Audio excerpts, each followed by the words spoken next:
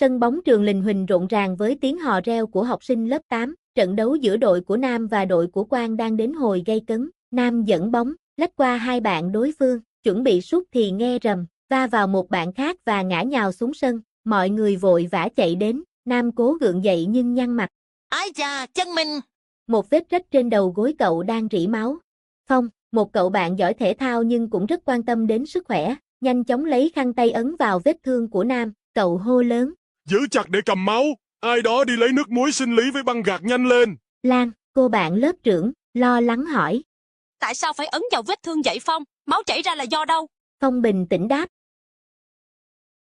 Đó là do hệ tuần hoàn. Máu mang oxy và chất dinh dưỡng đi khắp cơ thể, nhưng nếu bị đứt mạch máu thì sẽ chảy ra ngoài. Nếu không cầm máu kịp thời, Nam có thể mất máu nhiều đấy.